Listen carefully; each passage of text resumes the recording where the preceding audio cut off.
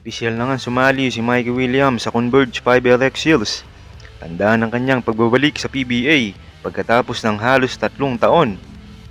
Siya ay pinakilala sa pamamagitan ng social media ng koponan. Itinampok ang kanyang 2 PBA Championship at 2 Finals MVP Awards kasama ang TNT. Nakuha ng 5LX Seals ang kanyang mga kalapatan mula sa TNT noong nakarang taon kapalit ng guard na si Jordan Heading. Sumali si Williams sa pinalakas na roster na nagtatampok kina Juan Gomez Deliano, Justin Baltasar, Justin Arana, Alex Stockton at Calvin Abueva bago ang PBA season. Mikey to the Moon Williams ay opisyal nang sumali sa Converge 5LX Seals at nananabik na ang mga tagahanga ng Converge. Magiging bahagi siya ng pinalakas na roster kasama ang import na si Kylor Kelly, Juan Gomez Deliano at veteranong forward na si Calvin Abueva.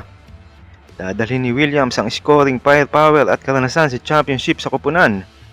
Layunin ng 5LX Seals na maging malakas kalaban sa paparating na PBA season kasama ang lineup na ito. Tuloy na nga ang pagbabalik ng isa sa pinakamaangas na scorer sa PBA. Namataan na ang 34 anyos guard na si Mikey Williams na sumasabak sa team practice ng Converge 5LX Seals matapos ang balitang pagkuha sa kanya mula sa TNT tropang 5G kapalit ni Jordan Heading.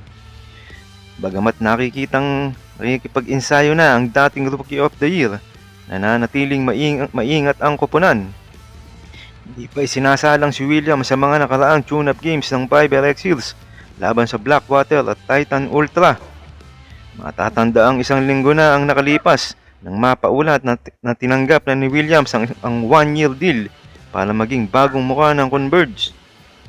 Ang 2-time Finals MVP na si Mikey Williams ay pabalik sa liga, sumali sa Converge para sa PBA Season 50 Commissioner's Cup matapos ang huling paglalaro sa TNT tropang 5G mula noong 2021 hanggang 2023. At ngayon, palalakasin niya ang Converge kasama si Juan Gomez Deliano at Calvin Abueva. Kamusta mga idol? Sports Zone PH para sa sports news and update. Kung bago ka pa lamang dito sa channel ko, pindutin mo na ang subscribe button at notification bell para lagi kang update sa mga sports news.